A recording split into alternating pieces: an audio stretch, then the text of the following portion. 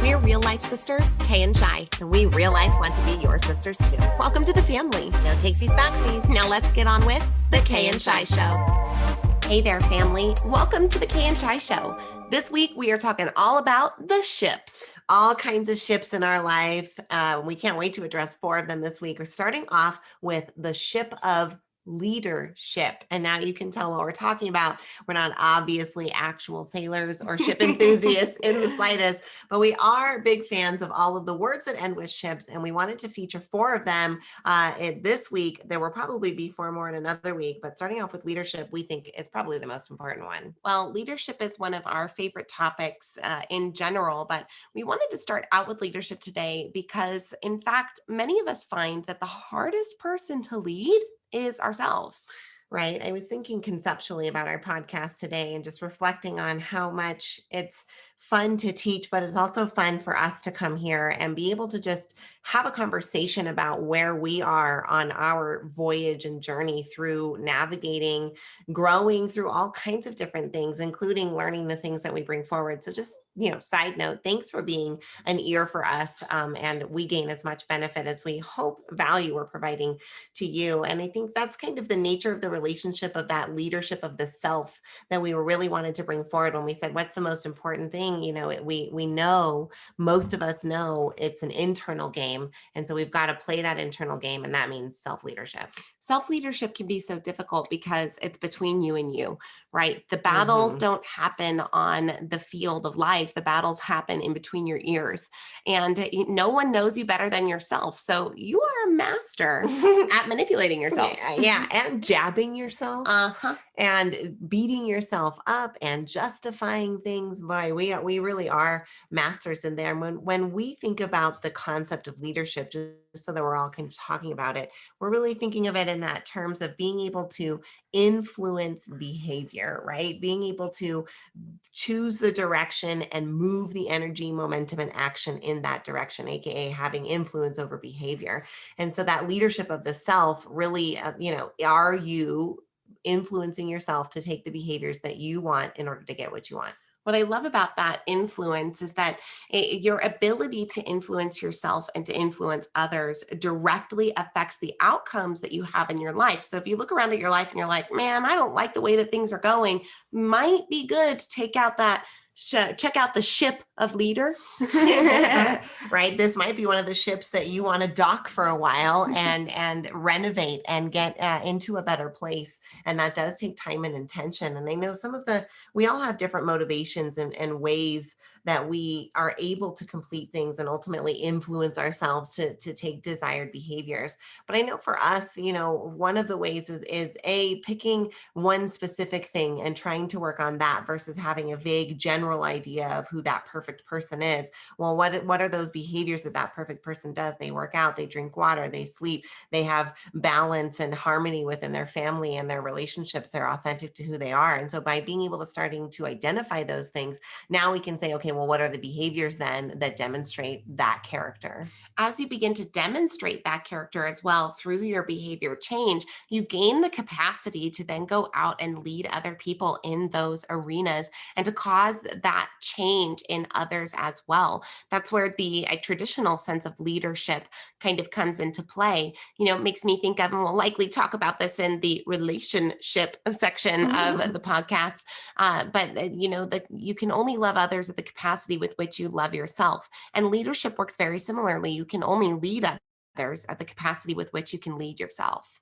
Oh gosh, I love that. And when it comes to knowing what motivates yourself and leading yourself, influencing yourself, I love kind of bringing forward that concept of what are some of the things that motivate you? What are some of the things that do make you feel momentum towards taking action? I think it was Zig Ziglar who said motivation's like showering. That's why we recommend it once a day, like finding something that fires you up, whether it's exercise or meditation or time in nature or time on your bike or rocking out with your instrument, or everybody's got that thing. But what are some of those things that you can do that help fuel that fire every day, not once in a while, but every day, so that you have that built in so you can continue to have that influence? Well, lighting that flame for yourself so you can light that flame for others is really the essence of the leadership. And we're excited to be here in Ships Week. Next up, we're going to talk about partnerships. Now docking in partnerships. Ooh, ooh. Welcome aboard. This is Ships Week. And in the last segment, we talked about leadership. We're excited now to talk about partnerships, something we obviously know a little bit about. Well, we are so blessed to have a partnership in one another and talk often amongst each other about how grateful we are that we have someone that we can lean on and trust, and that really has that kind of not that mindset of the 50-50, but that both people bring their 100 to the table. And I think that's one of the things that ultimately helps partnerships be successful. And we're going to talk about the romantic expression of partnerships and kind of those long-term significant others a little bit later towards the end of this episode, but talking right now about partnerships in the sense of working relationships, career wise. So thinking into those things, these are the ships that I think are hardest to build for a lot of people. And I think that's because going into a business partnership, the nature of that relationship goes in a direction that if you haven't been in partnerships before, you're not quite expecting, and it can feel really I want to say like abrupt and jolting. So it's definitely one of those harder ships to build for sure. So when the partnership from a business perspective, I think becomes even more important on that idea of, like I mentioned before, that both parties bring their 100 to the table, because a partnership when in a business sense can easily breed resentment if one party isn't pulling their weight. So some of the things we've learned about being in a partnership, and of course we're still in partnership also, not just with each other, but with my husband Chad and with our parents within the squeeze in. And we had a lot of years being a family business partnership like that, as well as entering into some other partnerships and business ideas and things. And so we've had a lot of experience with it, and a lot of it's been positive and a lot of it's been challenging. And so it is one of those things that we always encourage others, like, you're going to do business with other people, you're going to form partnerships with other people. Do that with people that you trust and that you have a match with in values. And I wish that was something that maybe we would have underscored earlier on if we could go back and do things again. The values match when it comes to partnerships is really important, because when you don't have the same value set going forward into a business setting, oftentimes that can clash in the middle of things that can make it messy. And business is oftentimes met with legality, right? And so you end up getting into contracts and how they need to get spelled out. So you're either extremely careful in the contracting process, which you should be prudent in that. But the back end of that, when you don't enter in with the same value set, can be difficult to rectify. And then it all leans on the documentation that you've put forward in the first place. And then those things that you didn't, those long agreements and things you wanted to breeze over and not read all the way through, can sometimes come back around, and just, you can be like, oh, you get taken on a technicality or something. And we have to remember that as much as business is that rational side of us, there is also the emotional side, and there's no way you can't form an emotional connection with someone that you have a business partnership with. And so that's where I think things start to get messy if you don't have that clear definition of roles, of goals, right, of values, of understanding what the future is. And you can't always understand. Sometimes it's that, know what the first step is, which is why one of our recommendations before moving into partnership, it would always be to do a collaboration with someone first. Find a way to do a project together, to bring a product forward, to have a shared challenge or something that you can do that has an end date and a split date. That way you get a little dating period. And I think that's a big miss for a lot of folks. I know that was a miss for us in certain, interactions over our last 19 years and 15 years really of active business on this side of things. Would be something I wish we would have considered more in the beginning. Oh, that is a really good point, Shai. And when we get down to the partnerships of the people that you work with every day, right? That arm in arm human being who's right there. I mean, it's interesting interesting how much overlap there is with the kind of best practices for romantic relationships. Things like open lines of communication, having frank discussions, not bottling emotions. When you work with somebody in a very close capacity, you partner alongside someone. And this isn't necessarily just in a business ownership standpoint. Maybe this is a really close manager that you work with at your job. Maybe this is a coworker that you've gotten paired with. Maybe you're a student and you understand how you sometimes have to partner with people on long-term projects over the course of an entire quarter or half of a year. And those kinds of partnerships require very similar upkeep to a romantic relationship, which just goes to underscore the fact that really you get involved, which means your emotions are at play no matter what kind of partnership you're in. What I love is what that means really is that these best practices are simple and applicable across all kinds of different ships. And I look forward to applying them to our next ship pulling into the harbor, Friendship Harbor. We are so proud to have just recently launched the brand new version of kayandshi.com. Now announcing the brand new website. It's KAYANDSHI.com. We would love for you to go over and check it out. We started it longer than we're proud to admit, and it's taken quite a while to get over the finish line. And of course, it'll always be a work in progress, but it's so great to have the new website up. And what's even more fun than that is the fact that when you go there, there's a pretty special surprise for you. Drum roll, please. We've had access to some incredible people in our journey, and we have created a celebrity interview series bringing their knowledge to you. People like John Maxwell, Dr. Bruce Lipton, we've got America's Super Nanny, Deborah Tillman, and more. So go check out the new website, get the celebrity interview series. It's exclusive. There's some never before seen stuff back there. And we look forward to hearing how you like it, but let's get back to Ship Week. Back to Ship Week. All right, we are pulling in once again to the dock here on Ship Week. Yep, we are in Friendship Harbor, and we are excited to talk about the ship that I think a lot of us find a lot of comfort in, and that is in friendships. Now, one of the things that I love about Shyla and I is that we have two different sides of the friendship spectrum. Now, Shyla is incredibly social, and I'll let you talk about how your beautiful relationships came forward with your trillion best friends. And Kay here, I have one best friend outside of my sister, and that's pretty much it. And I'm definitely more of an introverted human. So friendships are both deep for us, but have different meanings and they play out differently in our lives.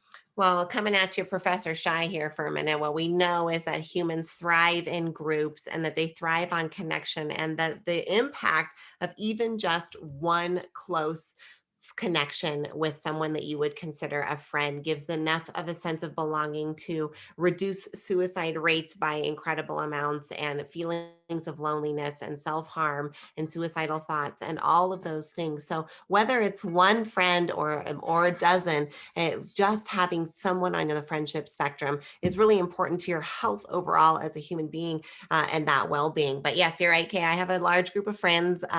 We had 11 bridesmaids from a wonderful group of women that I started going to school with when I was 9 years old. And by the time we were in high school, there was 9 of us. We have a title, we have numbers, we have nicknames. There's a secret initiation. Just kidding. There's not one of those. But we're called the Ditz Crew. And through the ups and downs, we've been there for each other. And I've always really enjoyed having this close knit of nearly 10 women as my friends. It's really amazing to have seen that play out in your life too. But man, that is a busy set of friends for somebody like me, who's a little bit more on from a networking perspective, the introverted side. It's funny. I was just telling somebody last night how oftentimes in networking situations where we've got to talk to people, I cling to Shyla for dear life, because while extroversion is an easy thing for me, I am definitely more naturally introverted. And so I have one very close friend outside of Shyla. Shout out to Victoria. Hey, Victoria. Yes, I was about to say her name is Victoria. She's amazing. We've been best friends since we were 15 years old. and have carried on a relationship that we're very proud of. And it's taken a lot of intention over the years to manifest and keep that relationship going. And to me, it seems crazy to do that times 10, but it's amazing how the idea of friendship plays out in both of our lives. It does. And the 10 of us, there's definitely pairs offs and other little, trios and such, but we are a collective and we communicate in a collective. And I think that's been part of the strength for us. But for, I think that idea of intention that you just brought forward, Kay, is probably the most important piece in differentiating between I want to call them like proxy friends. Like you take a class with somebody, you become friends over the semester. Yeah, right. Like you're friendly for a while because you have a shared experience or you work together somewhere. But as time fades, that doesn't really continue forward because neither one of you brought enough intentional energy forward to progress that. And there's nothing wrong with that because our life needs those kinds of friendships in our life. And then there is that other side that Kay and I are talking about with those close friendships that go across time because you intentionally invest in that in time with those friends. Yep. I mean, I'll be the first to admit that Victoria and I have gotten into fights, right? We've had to work things out. We've had to have conversations and to make compromises and to find time for each other when we're busy and, to make the effort for that particular friendship. And so I think a lot of us can sometimes, if you have the expectation that friendship is a lot of work, sometimes it is, and that's okay. And I think there is an expectation that friendship's going to be perfect, right? Kind of like the first 6 months of a relationship, but then forever. And it is like any other relationship, which means it takes upkeep. It does. And it's not always easy to spend the money and commit the time to go travel on a friend's trip or go see someone, or especially if you've got friends that move away as they do as you get older, then it's really takes intentional planning and commitment. But boy, is it worth it. And we love how Michelle Obama really underscores this as well in her book, of course, that we love. And you've heard us feature before her book, Becoming, but her having a really strong group of friends that she made primarily in college, and they've intentionally kept it forward. You can just see how they've been this level of support and this ability to provide that sense of security and belonging no matter what, how important that can be for people. And I just love the way she shared that. And we know the studies show, the research shows, friendships are really important. So be it one or be it many, here's to your friendships today as we pull out of this harbor and into our last kind of meta harbor of the week. Ooh. It was more tugboat sound, but I like it. Are you tired of the ship week puns yet? Well, we hope you're not, because there's just one more. And today we want to talk about relationships. We're talking about the romance, the hot and steamy, your boyfriend, your girlfriend, your husband, your wife, your at-home romantic partner, the person who you spend that love side of your life with. If you put your glasses up your nose, you call it your significant other. Okay. Professor Shy over here. Well, whatever that significant other is for you, we want to talk about, I think, the nature of this, like kind of that personal partnership that you form with somebody that ends up being your long-term relationship. This is a relationship of support, of endurance, of compromise, of joy. Intimacy. Oh, come on. That's one of the best parts. And one of the things that makes it different than any of the other ships in the harbor we've talked about this week. Well, the relationship in your life is one of those things that can add so much flavor and depth. And talk about security when you can maintain that for a level of time. In fact, a relationship for so many people provides so much security that many men and women will stay in an abusive relationship just because of the security that it provides. Right. Or that certainty, that known, like I'm not happy, but at least I know it. And that makes me in some ways comfortable, even if I'm a little bit uncomfortable. The idea of the uncomfortableness that comes with making a change can be so hard that I'd rather just stay certain and comfortable in my uncomfortability. And then that can be a detriment, I know, to human growth, to personal growth, to relationship growth. And so it takes someone being brave and having courage to say, I'm going to change me first, as Tony Robbins likes to say.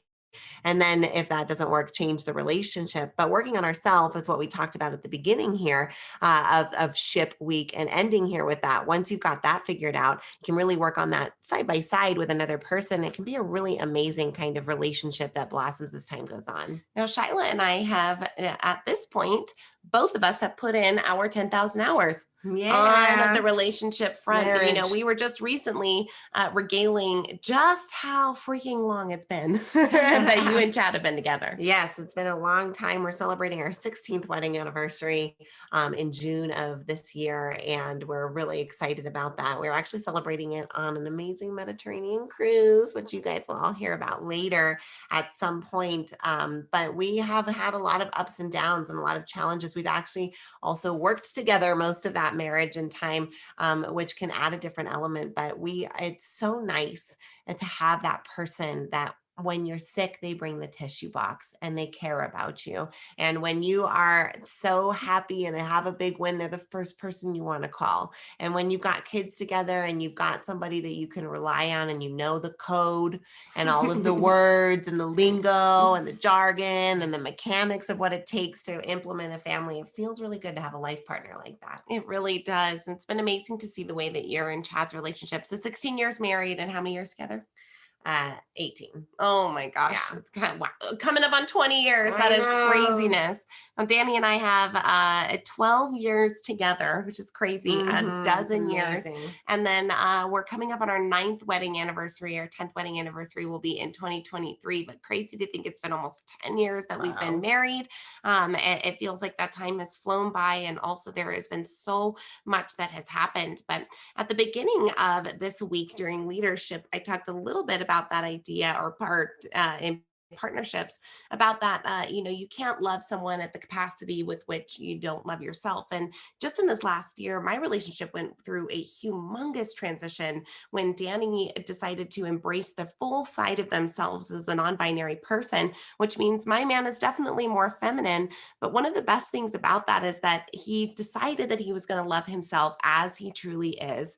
And that really opened up love for me within the relationship from him as the partner, which just so underscored and demonstrated to me the power of loving yourself first. Yes, and it's been so amazing to watch this unfold over the last year plus at this point for the two of you, and seeing that truly transformation and demonstration of, if that tiny cup inside of you for self-love is a shot glass and you go to fill up somebody else's cup and that's all the love you've got to give, that's not very much. It's a sprinkle for a cup like you that's this ginormous ocean.